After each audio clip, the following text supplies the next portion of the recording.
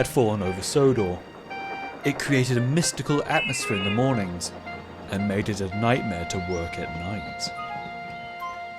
The Fat Controller spoke to Murdoch after he returned home from the works. "The incident wasn't your fault, Murdoch. However, I believe you need to learn more about gradients. That is why I'm sending you to Wellsworth. Edward is away and I need someone to help bank trains over the hill." "Of course, sir." Murdoch arrived at Wellsworth to find the station master waiting. "Right, Bear should be here with the Limited soon. Your first duty will be to help him over, and then there's Henry on the 950 goods coming back." "I best get to it then," Murdoch smiled. It wasn't long until Bear rushed through, honking for a banker. Murdoch responded with a blast of his whistle as he rolled out of the banker's siding into the back of Bear's train. Bear had stopped at the bottom of the hill, ready to tackle the incline. Murdoch buffered up. "Honk honk, I'm ready," tooted Bear. "Poop poop, so am I." The train started to move. Bear was taken by surprise as Murdoch practically pushed him and the Limited up and over the hill.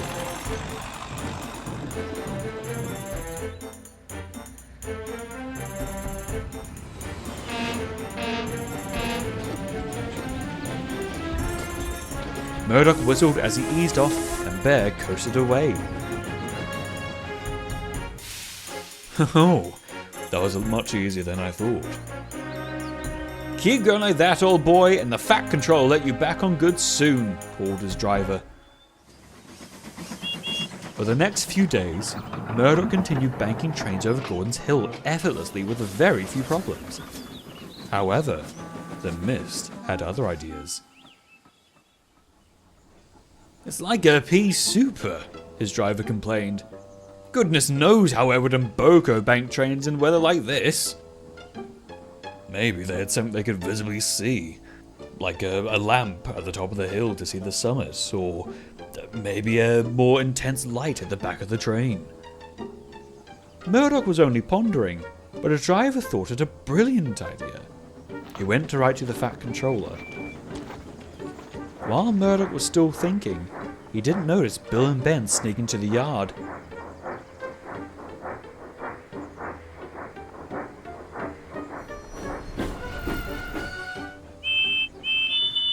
Murdoch jumped. The twins fell into fits of laughter.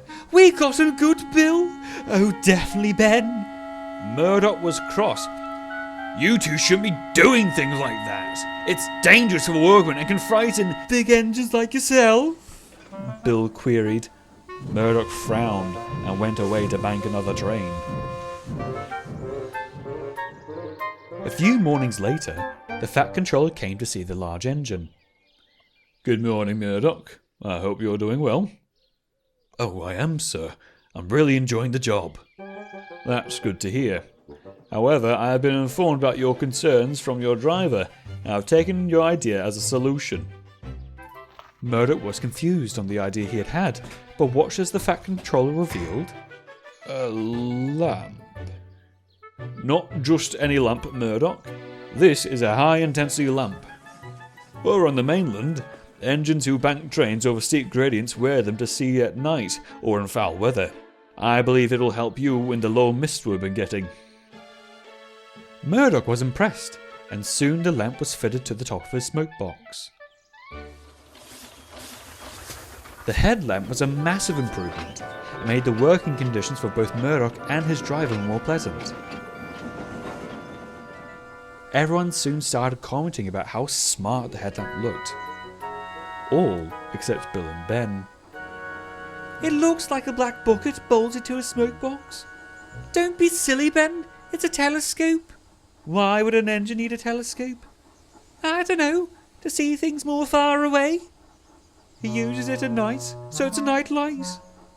"I'd say he's a glowworm with how bright he is."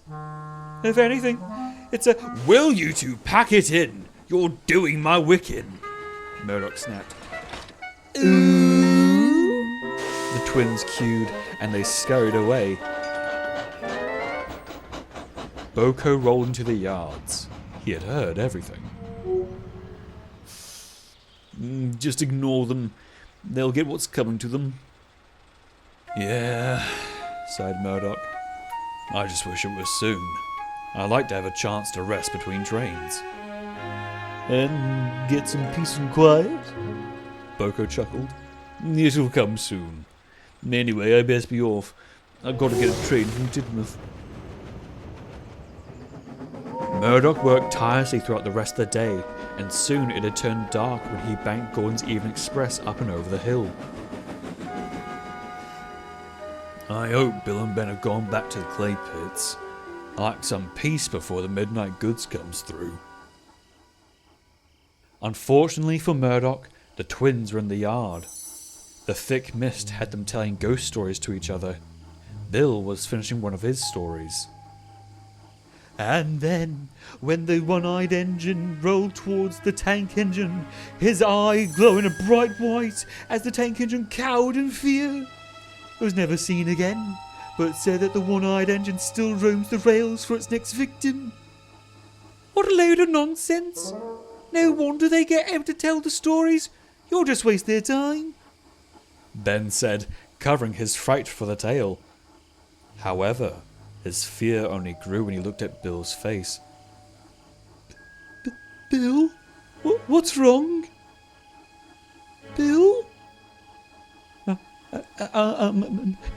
Made that story up. But look! Ben looked out of the yard. The fog was so thick they couldn't see Murdoch rolling into the yards. To them, he looked like the one-eyed engine! The twins squeaked. They shot back down the yards towards the shed. They were so frightened they didn't see Boko asleep. Ben hit Boko hard, startling him. From the fog emerged Murdoch.